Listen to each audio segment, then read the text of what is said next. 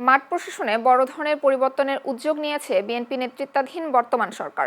এর অংশ হিসেবে পবিত্র ঈদ উল ফিতরের আগেই দেশের বেশ কয়েকটি জেলায় নতুন জেলা প্রশাসক নিয়োগ দেওয়া হবে। ইতোমধ্যে এ বিষয়ে প্রাথমিক কার্যক্রম শুরু করেছে জনপ্রশাসন মন্ত্রণালয়। জনপ্রশাসন মন্ত্রণালয় থেকে জানা গেছে, কয়েকটি জেলার বর্তমান প্রশাসনিক পরিস্থিতি পর্যালোচনা করে নতুন ডিসি নিয়োগের চূড়ান্ত প্রস্তুতি নেওয়া হয়েছে। সবকিছু ঠিক থাকলে ঈদের ছুটির আগেই এ সংক্রান্ত প্রজ্ঞাপন জারি করা হতে পারে। ক্রিকেটের মতো জাতীয় সংসদেও নিরপেক্ষ আম্পায়ারিং করবেন বলে জানিয়েছেন নবনির্বাচিত স্পিকার মেজর অবসরপ্রাপ্ত হাফিজ উদ্দিন আহমেদ। আজ সকালে সাভারের জাতীয় স্মৃতিসৌধে সাংবাদিকদের সঙ্গে আলাপকালে এই কথা জানান তিনি। স্পিকার বলেন, অনেক ত্যাগ তিতিক্ষার বিনিময়ে এই গণতান্ত্রিক সংসদ পাওয়া গেছে। এ সময় সংসদে রাষ্ট্রপতির ভাষণের সময় বিরোধী দলের ওয়াকআউট নিয়ে জানতে চাইলে তিনি বলেন, সংসদে ওয়াকআউট একটি প্রচলিত রীতি, তবে সংসদে স্লোগান দেয়া ঠিক না, এটা সংসদের রীতি বহির্ভূত। সরকারি দল এবং বিরোধী দল বাংলাদেশের উন্নয়নের লক্ষ্যে কাজ করে যাবে বলেও মন্তব্য করেন মেজর হাফিজ। এর আগে সকালে ত্রয়োদশ জাতীয় সংসদের নবনির্বাচিত স্পিকার বীর মুক্তিযোদ্ধা মেজর অবসরপ্রাপ্ত হাফিজ উদ্দিন আহমেদ এবং deputy speaker barrister Kaiser Kamal মহান স্বাধীনতা যুদ্ধে শহীদ বীর মুক্তিযোদ্ধাদের প্রতি শ্রদ্ধা জানিয়েছেন। এরপর শহীদ প্রেসিডেন্ট জিয়াউর রহমান ও বেগম খালেদা জিয়ার সমাধিতেও শ্রদ্ধা জানিয়েছেন নবনির্বাচিত স্পিকার ও ডেপুটি স্পিকার। পবিত্র ঈদ উল ফিতরকে সামনে রেখে রাজধানীর বাজারে আবারও অস্থির হয়ে উঠেছে নিত্যপণ্যের দাম। বিশেষ করে মুরগি ও গরুর মাংসের দাম বাড়ায় ক্ষোভ জানিয়েছেন সাধারণ ক্রেতারা। তবে কিছুটা স্বস্তি সবজির বাজারে। গত এক সপ্তাহের ব্যবধানে ব্রয়লার মুরগির দাম কেজিতে 20 থেকে 30 টাকা পর্যন্ত বেড়ে প্রতি কেজি বিক্রি হচ্ছে 220 টাকায়, যা গত সপ্তাহে ছিল 190 থেকে 195 টাকা। সোনালী জাতের মুরগি কেজি প্রতি 350 টাকা এবং লেয়ার 310 টাকায় বিক্রি হচ্ছে। সবচেয়ে বেশি বেড়েছে দেশি মুরগির দাম, যা এখন 670 টাকা কেজি। মুরগির মতোই গরুর মাংসের বাজারেও অস্থিরতা বিরাজ করছে। কেজি প্রতি 30 টাকা বেড়ে অনেক জায়গায় গরুর মাংস 780 থেকে 820 টাকা পর্যন্ত বিক্রি হচ্ছে।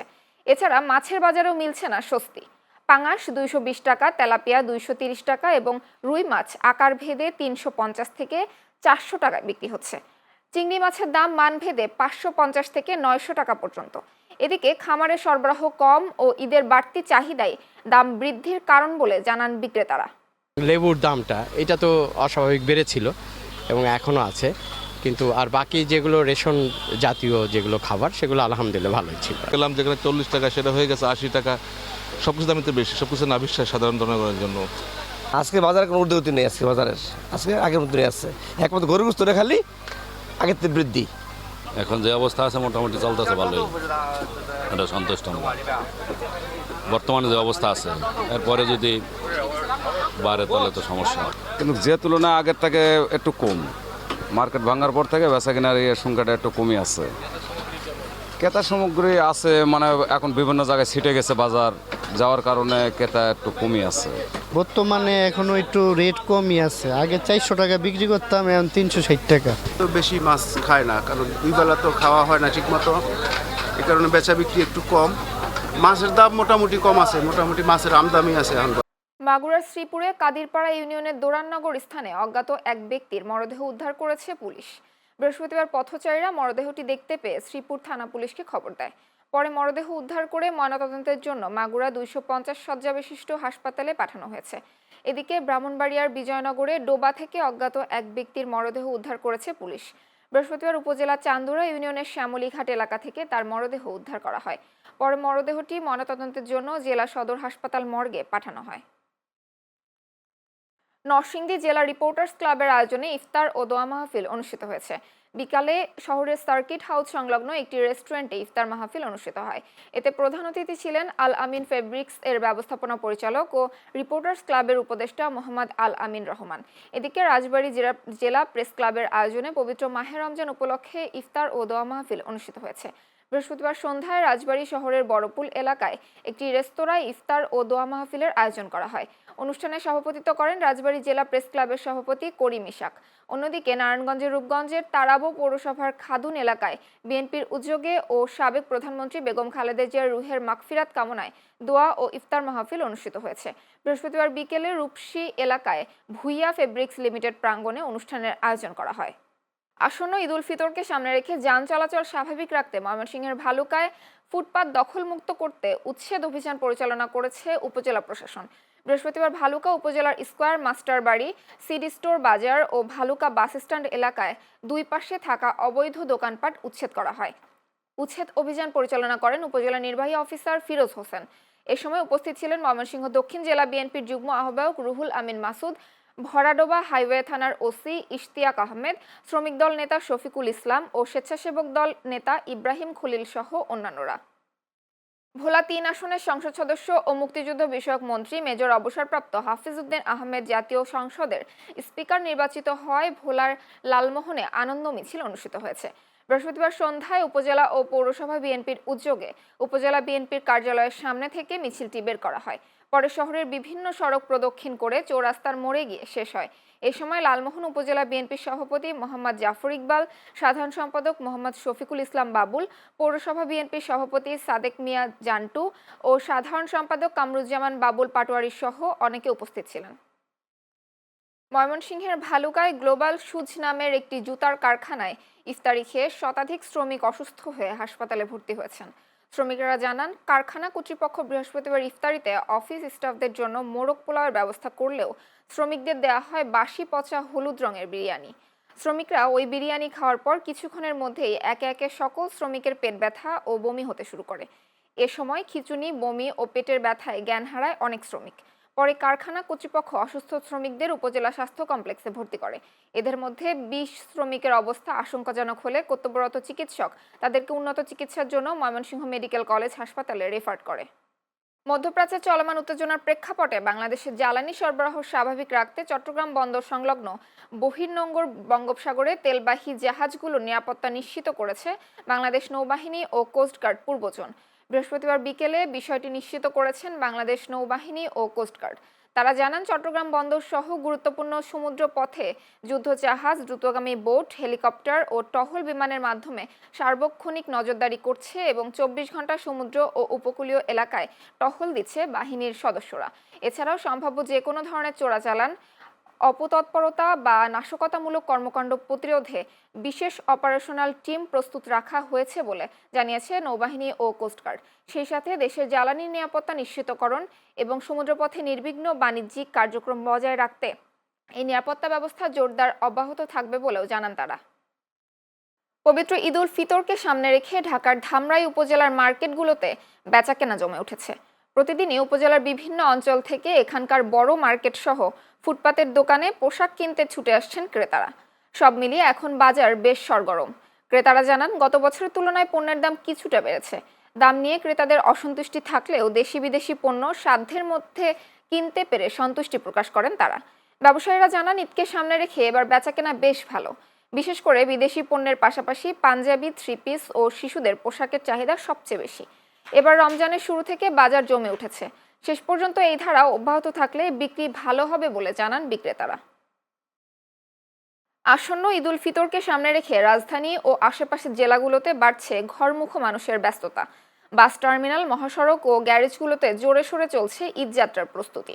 তবে যাত্রীদের চাপকে পুঁজি করে অসাধু পরিবহন মালিকরা সড়কে নামানোর চেষ্টা করছেন দীর্ঘদিন ধরে অকেজো পড়ে থাকা লক্কর ঝক্কর বাস। প্রয়োজনীয় রোড পারমিট ও ফিটনেস ছাড়াই শুধু রংচং মেখে এসব গাড়িকে দেয়া হচ্ছে নতুন চেহারা। সাভার প্রতিনিধি রাজীব মাহমুদের পাঠানো তথ্য ও চিত্রের ডেস্ক রিপোর্ট। নাড়ের টানে ঘরমুখ মানুষের উপচে পড়া ভিড়কে কাজে লাগাতে ব্যস্ত এখন গ্যারেজ মালিকরা। সাভারের আমিন বাজার ও বলিয়ারপুর এলাকার বিভিন্ন গ্যারেজে পুরনো ও দীর্ঘদিনের অচল পড়ে থাকা বাস মেরামতের কাজ চলছে পুরোদমে।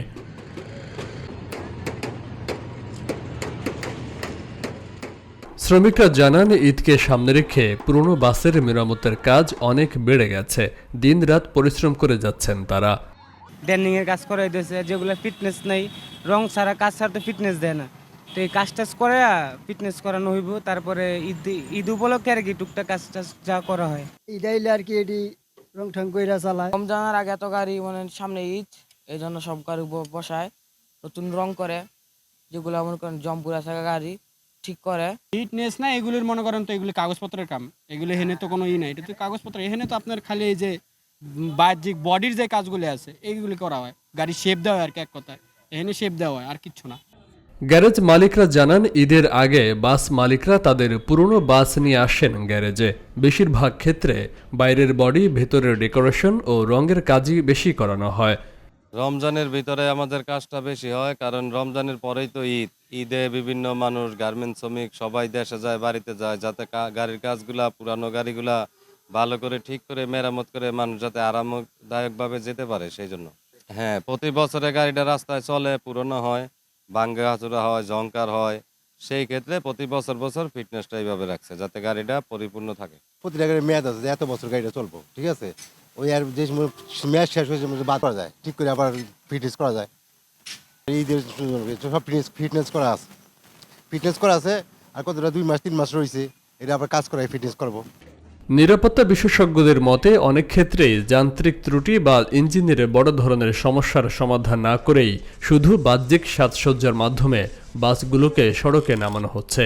এতে ঈদ যাত্রায় বড় ধরনের দুর্ঘটনার ঝুঁকি তৈরি হতে পারে।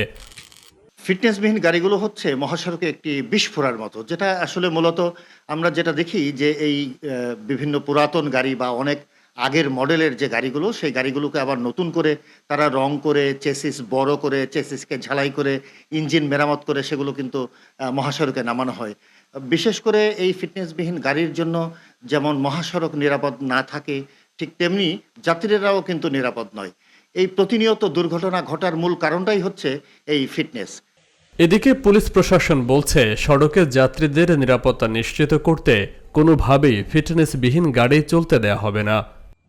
ঈদকে সামনে রেখে যদি আমাদের যে এই উত্তর এলাকায় যে থানাগুলো রয়েছে, সাভার, আশুলিয়া, ধামরাই, ঢাকা উত্তরে, এই থানার সকল অফিসার ইনচার্জদের নির্দেশনা প্রদান করা হয়েছে। যদি এই ধরনের কোনো বিষয় দেখে যে কোথাও রং ভাঙাচোরা গাড়ি রং করা হচ্ছে বা এগুলা চালানোর একটা পদক্ষেপ নিচ্ছে, তাহলে যেন দ্রুত ব্যবস্থা গ্রহণ করে। এর পাশাপাশি আমাদের ট্রাফিক বিভাগের যারা দায়িত্বে রয়েছে, বিশেষত যারা টিআই এবং সার্জেন্ট সহ টিএসআই যারা রয়েছে, তাদের সকলকেই নির্দেশনা প্রদান করা হয়েছে যদি এই ধরনের গাড়ি রাস্তায় চলাচল করে তাদের বিরুদ্ধে যেন সড়ক পরিবহন আইনে আইনানুগ ব্যবস্থা গ্রহণ করে থাকে।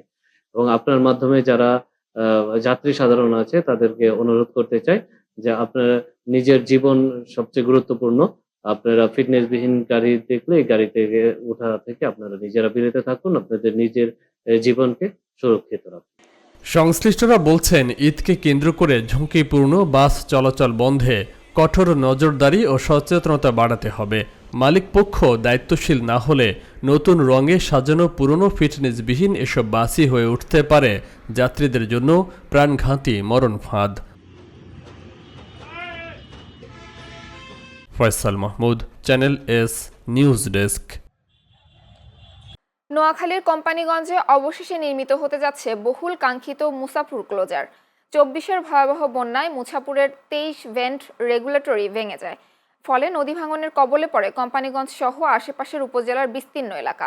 সম্প্রতি মুছাপুর ক্লোজার এলাকা পরিদর্শন করে নতুন আরেকটি রেগুলেটর নির্মাণের আশ্বাস দিয়েছেন পানি সম্পদ মন্ত্রী। ফলে স্বস্তির সুবাতাস বইছে উপকূলীয় জনপদে। নোয়াখালী থেকে প্রতিনিধি এস শিপনের পাঠানো তথ্য ও ছবিতে দেখুন প্রতিবেদন।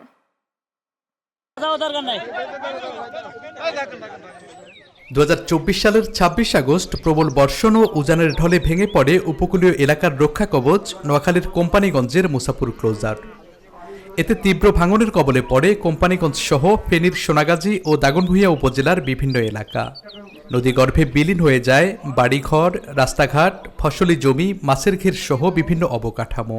এই 24-এর বন্যায় ইন্ডিয়ার যে পানির বাঁধটা ছেড়ে দেওয়ার পরে এই যে বাঁধটা যে ভাঙার পরে এখন ওই পারের লোকগুলো ওখানে মানে একটা এসআরটি কানেকশন ডিসকানেক্টেড হয়ে গেছে।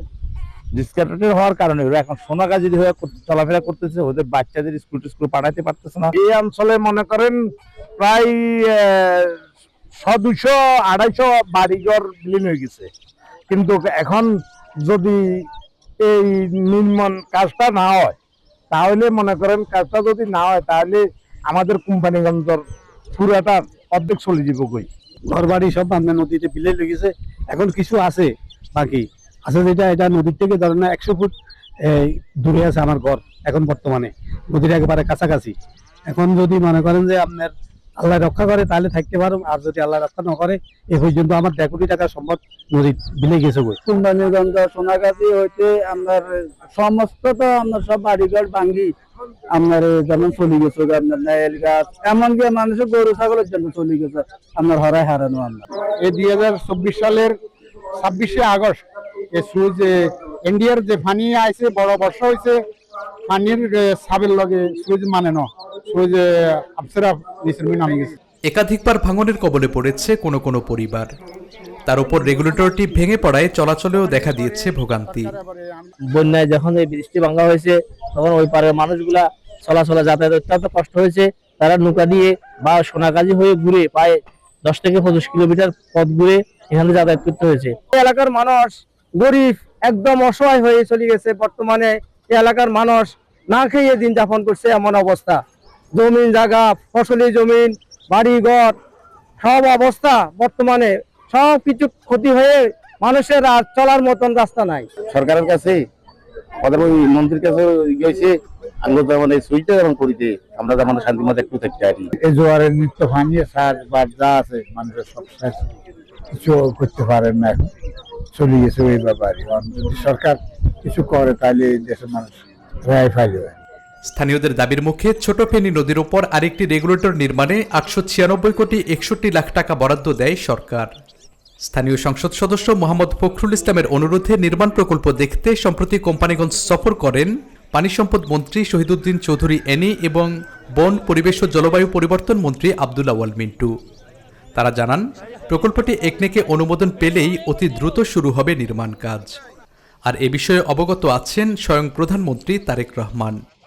সুতরাং ওনার সেই দৃষ্টিতে আমি আবারও গতকালকে নিয়েছিলাম এবং তিনি সম্পূর্ণভাবে অভিহিত আছেন এবং তিনি আমাকে সরেজমিনে এটা দেখার জন্য এবং ওনাকে গিয়ে রিপোর্ট করার জন্য উনি পরবর্তীতে কি পদক্ষেপ নেবেন সেটি আমার সঙ্গে আলোচনা করে বা আমাদের মন্ত্রণালয়ের সঙ্গে আলোচনা করে পরবর্তী পদক্ষেপ দিবেন। দামনিয়া শেষ পর্যন্ত সেখানে যদি দয়া করে যদি উনি পানি সম্পদ মন্ত্রণালয়ের চিফ ইঞ্জিনিয়ারকে বলেন যে অন্তত যেন নদী ভাঙ্গাটা রোধ করতে পারে স্থানে স্থানে, সেটা যদি করে তাহলে আমাদের এই 2-3টে ইউনিয়ন নোয়াখালী জেলার এবং 3-4টে ইউনিয়ন ফেনী জেলার বেশ উপকৃত হবে ইনশাআল্লাহ। এই নদীর মানুষ আগামীতে একটা বাড়িও নদী বন্ধ যাবে না। চলতি মাস থেকে 2030 সালের জুনের মধ্যে প্রকল্পটি বাস্তবায়নের লক্ষ্য ধরা হয়েছে। 2005 সালে প্রায় 19 কোটি 44 লাখ টাকা ব্যয়ে নির্মিত আগের রেগুলেটরটির ভিত্তিপ্রস্তর স্থাপন করেছিলেন তৎকালীন প্রধানমন্ত্রী বেগম খালেদা জিয়া। স্থানীয়দের আশা, নতুন এই রেগুলেটর নির্মিত হলে এ অঞ্চলের দীর্ঘদিনের জলাবদ্ধতা ও নদী ভাঙনে আসবে স্থায়ী সমাধান, গতি ফিরবে স্থানীয় কৃষিভিত্তিক অর্থনীতিতে। Saifur Rahman Rubel, channel S news desk.